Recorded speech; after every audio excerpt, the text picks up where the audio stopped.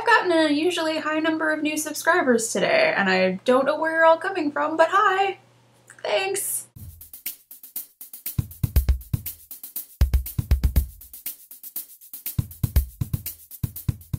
So today I'm going to tell you a story about my complete inability to panic appropriately. Inspired by the events of last night, where we were having a lot of really bad thunderstorms that were potentially going to turn into tornadoes, and several of my IRL friends were talking about how they were hiding in their basements on Twitter, and I was like, oh, I'm up in my bedroom on the second story with a window open. Now when I say I do not panic appropriately, I don't mean that I don't panic at all, because that is just not the case. Yeah, man, I'm just like the kind of person who puts on some sunglasses and walks away from an explosion in slow motion without looking back.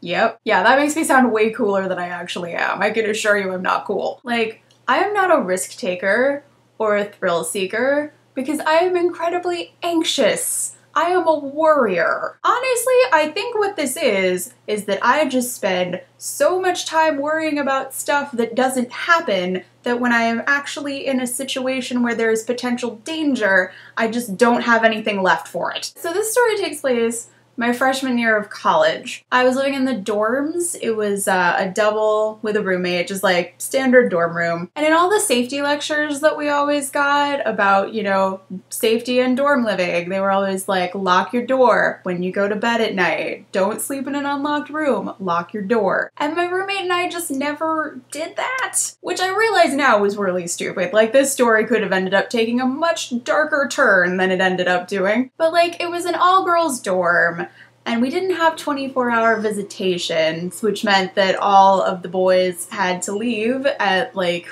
midnight, I think, unless it was the weekends. And like, it was a generally pretty quiet building, and you know, if you have to get up in the middle of the night and go pee, it's really inconvenient, so you have to remember to grab your keys. Okay, so one night, it's the middle of the night, and I wake up, and I'm really disoriented because I don't know what's woken me up, and then I realize it's the dude who is kneeling next to my bed. And you know, it's dark, but I can tell that I don't know this guy and I've never seen him before in my life, so I'm like, who are you? And he just starts saying a lot of things, but I don't know what any of them were because he was super, super drunk. I'm pretty sure at one point he said the word radio, but I can't be certain, and I have absolutely no idea what that was in reference to. Did he think that I worked at the campus radio station? Was he trying to tell me that I was a 1940s radio personality in a past life? Was he just trying to tell me that he was particularly moved by the 2003 Cuba Gooding Jr. vehicle radio? I don't know, and I never will.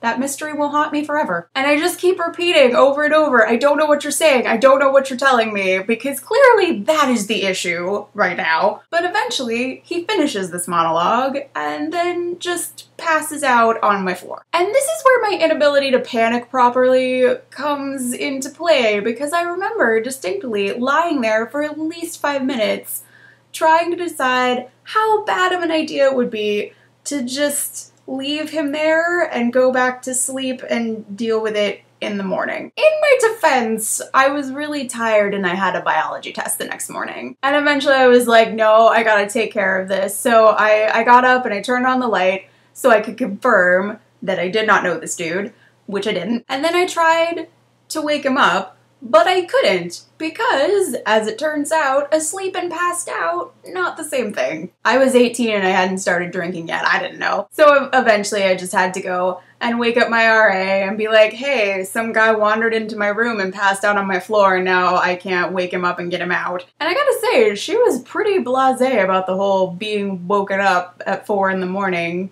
to extricate a drunk person from somebody's room, so I guess that sort of thing happened pretty frequently. So she got another RA and we went back to my room, and she woke up my roommate to confirm that she did not know this guy either. My roommate somehow slept through all of this, and then they managed to get him out and send him back to his own dormitory. So what have we learned today?